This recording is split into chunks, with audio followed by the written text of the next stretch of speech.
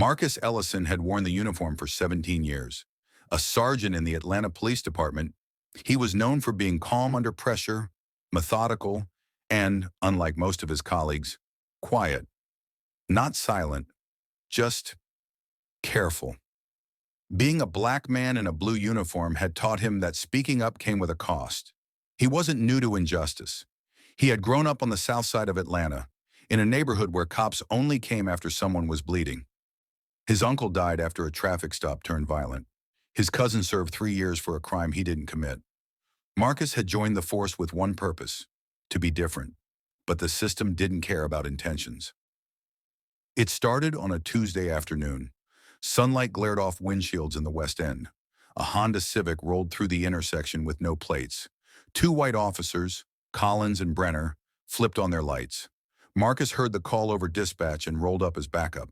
Inside the car, black teenager, 18, maybe 19. Clean hoodie, hands on the wheel. Didn't panic. Collins tapped on the glass with his flashlight. License and registration. The kid pointed to the glove box slowly. Calm. But Collins yanked the door open, pulled him out. Brenner slammed him over the hood. Marcus stepped forward. "Hey, what's the PC?" Collins shot him a glare. "Tinted windows, plate missing. Could be stolen." The kid's aunt owned the car. License valid.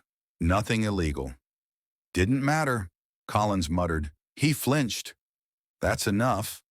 They charged the teen with obstruction. Marcus stared at the scene. The boy's knuckles scraped. His voice cracked as he asked, "What did I do?" Back at the precinct, Marcus typed the report. Fact by fact. No embellishment. No fluff. The next morning, Internal Affairs called him in. "Your report conflicts with Officer Collins' statement." He kept his voice even. "Because mine's true." The investigator's eyes narrowed. "That's not how we do things here." After that, it changed. In the locker room, conversation stopped when Marcus entered. No eye contact.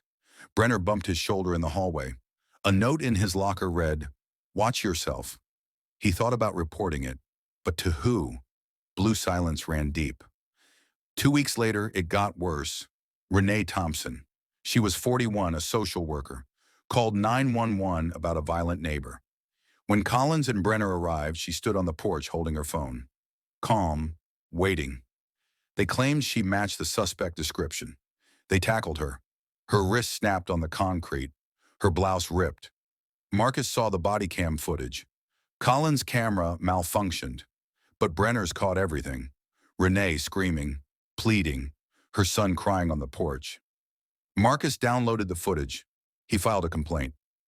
IA didn't respond, but the retaliation came fast. Flat tire, anonymous voicemails. Someone keyed SNITCH into his car. His wife Tasha was terrified. "They're not just cops, Marcus. They're a gang with a badge." He knew she was right, but silence was complicity. He met with an old journalist friend from his patrol days, gave him the footage. 2 days later, the story exploded. Atlanta police assault 911 caller. The footage went viral. Renee's face, her broken wrist, her cries. It lit a match. Protests started downtown. People chanted her name. The mayor gave a statement. Collins and Brenner were placed on leave. And Marcus? He was called a whistleblower. Some called him a hero. Others sent death threats. One night while driving home, he noticed a black SUV following him. He turned. It turned. He accelerated. It stayed with him. When he pulled into his driveway, it kept going. No plates. That night, he slept with a baseball bat beside the bed. 2 nights later, shots shattered his front window. His daughter screamed. That was the breaking point. He stepped in front of cameras. CNN, MSNB. Local news. Blogs. He told everything. About Collins. About the boy in the Civic. About Renee. About the code of silence. The whispers. The notes. "The badge should represent justice," he said.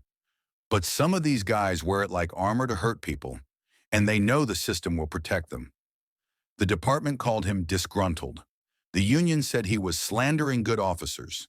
His commander told him to take voluntary leave. Then came the lawsuit. Renee Thompson sued the city, and Marcus testified. In court, he sat across from Collins. The man didn't blink. Marcus described the body cam footage, the language, the disregard. The jury awarded Renee $1.3 million. The DA opened an investigation. 3 months later, federal charges were filed. Use of excessive force, civil rights violations. Marcus was removed from duty. They didn't fire him. They didn't have to. He was assigned to records, a windowless room, no badge, no gun. A year passed. Then he resigned. No pension, no commendation. Just silence. He moved to Savannah, taught criminal justice at a community college. He missed the streets, the good days, the kids who smiled when he gave them stickers, the old men who called him son and asked if he knew Jesus. But he didn't miss the code, the silence, the fear. Every July 9th, he returns to Atlanta. He visits the steps of the courthouse where he testified. He lights a candle, one for Renee, one for the boy in the Civic, one for every name that never made headlines. And he stands alone. Badge gone, career gone, but not silent. Never again silent. I wore that badge, he says aloud. I know what it hides.